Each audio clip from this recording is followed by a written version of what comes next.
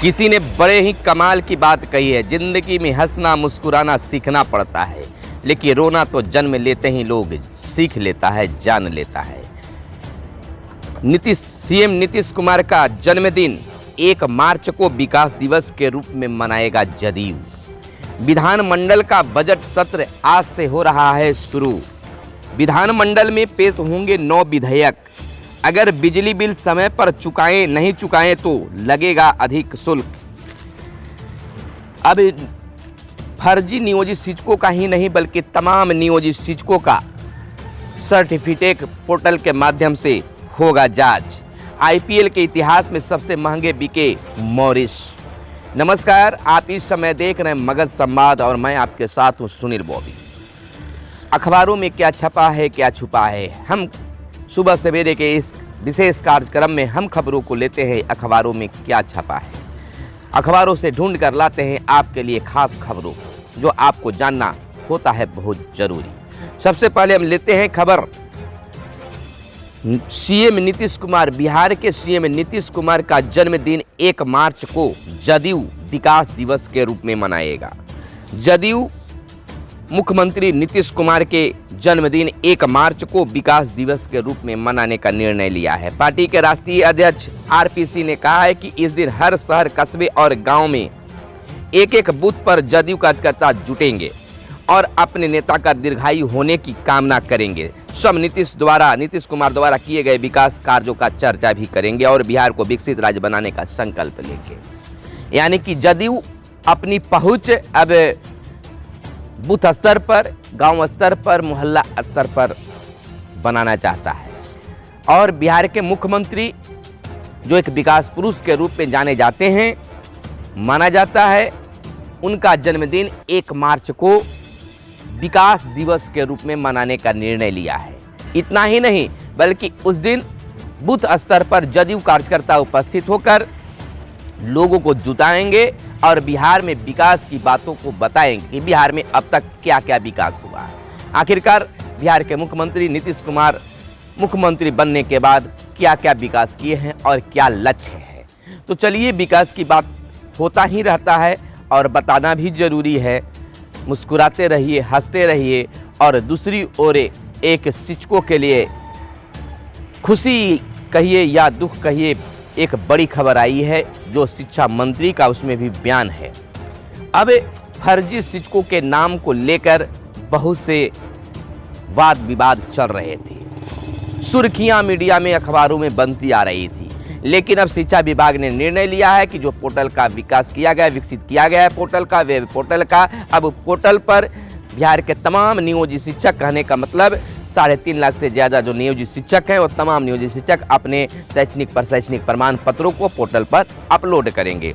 अगर जो शिक्षक अपनी शैक्षणिक प्रमाण पत्रों को पोर्टल पर लोड नहीं करते हैं, वेब पोर्टल पर लोड नहीं करते हैं, फोल्डर फाइल को लोड नहीं करते हैं, तो उनकी बहाली को अवैध माना जाएगा।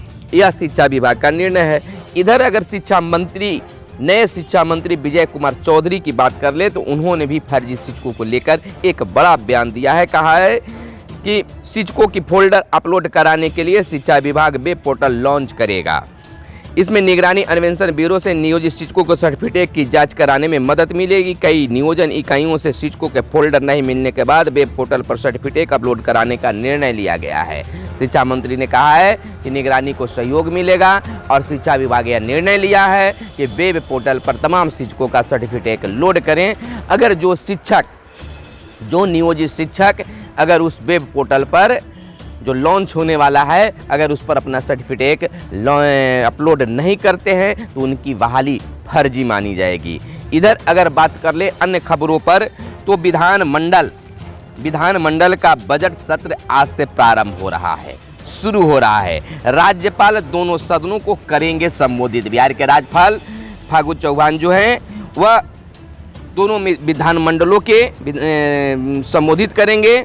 आर्थिक सर्वेक्षण रिपोर्ट पेश करेंगे। 24 मार्च तक चलेगा सत्र। यह सत्र जो है 24 मार्च तक चलेगा। तो यह बेहतर होने वाला है, खास होने वाला है। बजट के बारे में बताया जाएगा। विधानमंडल में पेश होंगे 9 विधेयक। राज्य सरकार द्वारा बजट सत्र में के दौरान 9 महत्वपूर्ण विधेयक व अध्यादेश पेश किए जा सकते हैं, जिसमें एक बिल वाणिज्यकर विभाग का आएगा। यह कोरोना संकट के चलते टैक्स संग्रह की अवधि का विस्तार संबंधित होगा और कई ऐसे विधेयक जो हैं उसमें पेश होंगे। 9 विधेयक के कहा गया है। विभागीय अनुदान पर चर्चा के लिए 12 दिन हैं। विपक्ष करेगा वार। अब बजट सत्र को लेकर विपक्ष की तैयारी खास है। सत्र के हंगामेदार रहने के आसार हैं। पहली बार विधानसभा चुनाव के बाद यह बजट सत्र है और इसमें विपक्ष के द्वारा सत्ता पक्ष पर हमला बोलने की पूर्णतः तैयारी हो चुकी है। सत्ता पक्ष भी तैयार है और इतना ही नहीं, जब विपक्ष तैयार है तो सत्ता पक्ष भी जवाब देने के लिए तैयार है। लेकिन बिल्कुल हंगामा होने वाला है। हम आपको दिखाएंगे तमाम चीजों को।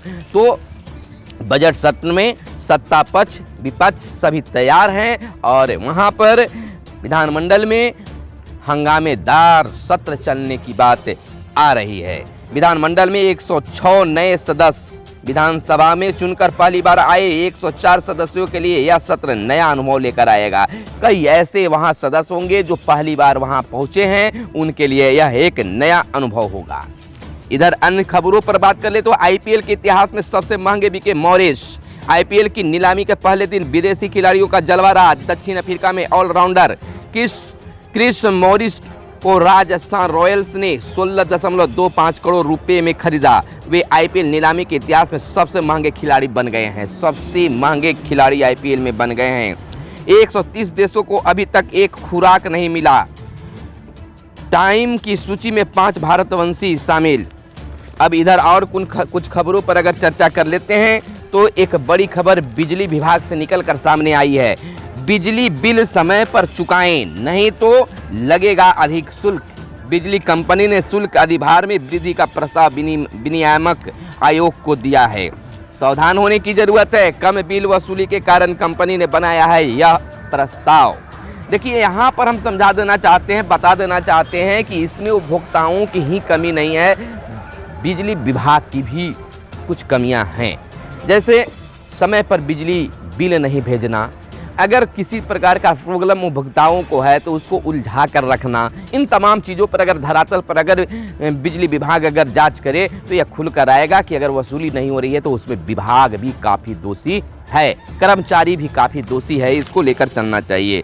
आयोग की मुहर लगते ही नई व्यवस्था लागू हो जाएगी और आयोग की जैसे ही मुहर लगेगी वैसे ही यह नियम लागू हो जाएगी। एडवांस पेमेंट करने वालों को मिलेगा अधिक ब्याज। जो अधिक पेमेंट करते हैं उनको अब ब्याज भी मिलेगा कि आपको अगर मान लीजिए 100 रुपया जमा करना है या 500 रुपया जमा करना है, आप 1000 रुपया जमा कर रहे हैं तो आपको अधिक ब्याज वहां पर मिलेगा। शिकंजा कसने के लिए डीपीएस में वृद्धि का निर्णय लिया गया है। अब देखिए, यहाँ पर पंचायत चुनाव की बात कर लेते हैं। ईवीएम मामले को लेकर याचिका दायर किया गया है जिस पर शीघ्र सुनवाई होने की संभावना जताई जा रही है। इसको लेकर चुनाव के लटकने भटकने की बात आ रही है, यानी कि देर से चुनाव होने की संभावना जताई जा रही है। लेकिन अगर समय पर अगर इस पर सुनवाई हो जाती है तो समयानुसार जो निर्णय लिया गया है उसके आधार पर पंचायत चुनाव हो सकता है। ईवीएम खरीद पर निर्वाचन आयोग की याचिका मंजूर कर ली गई है। देखिए, इसमें क्या मंजूर किया गया है। पंचायत चुनाव में ईवीएम मशीन की खरीदारी करने के लिए भारत निर्वाचन आयोग ने अनापत्ति प्रमाण पत्र नहीं मिलने पर राज्य निर्वाचन आयोग ने पटना हाईकोर्ट में अर्जी दायर आपत्ति प्रमाण पत्र देने के लिए निर्वाचन आयोग को निर्देश देने की गुहार लगाई है। आयोग ने निर्वाचन आयोग का आपत्ति प्रमाण पत्र जारी को लेकर दायर अर्जी पर सुनवाई करने का अनुरोध हाईकोर्ट से किया है। हाईकोर्ट ने राज्य निर्वाचन आयोग के अनुरोध को मंजूर करते हुए केस को सूचीबद्ध करने का निर्देश हाईकोर्ट प्रशासन को दिया है। उम्मीद है कि अगले सप्ताह में सुनवाई की सूचीबद्ध होगा, यानी कि हाईकोर्ट में सूचीबद्ध कर दिया जाएगा और शीघ्र ही इस पर फैसला होने की भी संभावना है। सत्र संचालन में दलों की भूमिका रहे सकारात्मक है। यहाँ पर दीर्घकालीन और महत्वपूर्ण बजट सत्रों को लेकर गुरुवार को बिहार सभा के अध्यक्ष विजय कुमार सिन्हा ने सर्वदलीय बैठक की। बिल्कुल सर्वदलीय बैठक होनी चाहिए और उसमें यह होना चाहिए कि जो भी वाद विवाद हो और सकारात्मक हो, बिहार के विकास के बारे में हो। ऐसा नहीं कि सत्र प्रारंभ हो या सत्ता पक्ष या विपक्ष दोनों आपस में उलझ जाए और विकास के मुद्दे से भटक जाए, बिहार के विकास के पर चर्चा रुक जाए और केवल व्यक्तिगत बातों पर ही उलझ कर रह जाए। व्यक्तिगत बातों को तो लाना ही नहीं चाहिए इस सत्र पर, क्योंकि श्रीमान आप वहां बैठकर बहस कर रहे हैं तो पूरी दुनिया देख रही है, लोग जान रहे हैं, भविष्य जो बिहार का भविष्य है, देश के भविष्य है, वो देखते हैं और अपने नेताओं को इस तरह से हो हंगामा करते नकारात्मक भाव को देखते हुए देखेंगे तो वो क्या सोचते होंगे। सेंटर ऑफ एक्सीलेंस में आधुनिक ट्रेनिंग मिलेगी। रेल चक्का जाम का बिहार में आंशिक असर रहा। नए कृषि कानूनों को लेकर कल रेल चक्का जाम रहा, जो बिहार में कहा जा रहा है अखबारों के माध्यम से कि आंशिक असर रहा है। सीएम का जन्मदिन विकास के रूप में मनाने का निर्णय। मैट्रिक परीक्षा में 41 निष्कासित हुए। दूसरे दिन मैट्रिक परीक्षा में जो है 41 लोग जो है निष्कासित किए गए हैं, परीक्षार्थी निष्कासित किए गए हैं। लोजपा के 5 पूर्व महासचिव समेत 208 नेता जदयू में शामिल। चिराग तले अंधेरा। अब चिराग पासवान की पार्टी लोजपा से 5 पूर्व महासचिव समेत 208 नेता जदयू में शामिल हो गए हैं। क्या हाल हुआ होगा एक साथ इतने सारे नेताओं को दूसरे दल में शामिल होने के बाद। आखिर कुछ तो कमी रही होगी और कुछ तो इधर खींचतान भी रहा होगा, बहुत कुछ छिपा हुआ है। निष्कासित नेता ही जदयू में गए। इधर लोजपा ने कहा है इसको लेकर कि वही नेता लोजपा से गए हैं जो लोजपा से निष्कासित किए गए थे, वह जदयू में शामिल किए गए हैं। ये कोई बड़ी बात नहीं है। चलिए पक्ष और विपक्ष दोनों की बात सामने आई। एसएसबी में भी है तैयार होंगे एसटीएफ के कमांडो। मद्य निषेध विभाग के दरोगा समेत 7 निलंबित। आंदोलन को नहीं मिला किसानों का साथ। सूबे के स्वास्थ्य मंत्री मंगल पांडे ने आरोप लगाया किसान आंदोलन के नाम पर एक बार फिर उपद्रवी तत्वों ने सड़क पर उतरकर लोगों को परेशान करने की कोशिश की है, राष्ट्रीय संपत्ति को नुकसान पहुंचाया है। आंदोलन को नहीं मिला किसानों का साथ। आंदोलन तो हुआ लेकिन किसानों का साथ नहीं मिला, यह बिहार के स्वास्थ्य मंत्री मंगल पांडे का कहना है। कोरोना पीड़ितों के लिए 10 लाख दिए गए। अब देखिए यहाँ पर अन्य खबरों के साथ कुछ और खबरें जो हैं जो आपको जानना है बहुत जरूरी। 60 आईटीआई में बनेंगे सेंटर ऑफ एक्सीलेंस। पुडुचेरी में 22 को बहुमत साबित करने का निर्देश। बरौली ग्वालियर एक्सप्रेस में डकैती यात्री को गोली मारी। कोर्ट ने गोगाई के खिलाफ साजिश की जांच बंद की। अब हाँ, एक और बड़ी खबर आपके लिए है। आवासीय प्रमाण पत्र पर अब होगी आवेदक की तस्वीर। पहले आवासीय प्रमाण पत्र मिलता था, इसमें आवेदक का केवल नाम होता था, लेकिन अब जो है उस जो प्रमाण पत्र मिलेगा आवासीय प्रमाण पत्र, वो जिसका बनेगा उसका उसमें तस्वीर लगा हुआ रहेगा। आधार पंजीकरण तब पता सत्यापन में अब होगा मान्य। अब उसमें अपना पंजीकरण भी मान्य होगा, पता सत्यापन में भी उसकी मान्यता प्राप्त होगी। आवेदन के साथ जमा करना होगा स्व हस्ताक्षरित फोटो। अब जब भी आवासीय प्रमाण पत्र बनाना हो तो अपना स्व हस्ताक्षरित फोटो को साथ में वहां पर जमा करना होगा, ताकि जो प्रमाण पत्र बन के मिले वह फोटो युक्त हो। तो यह एक बेहतर पहल कहा जा सकता है।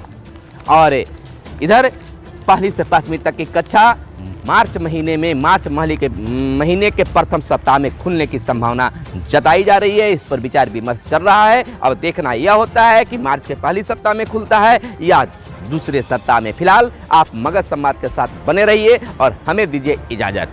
धन्यवाद। जय हिंद, जय भारत, वंदे मातरम।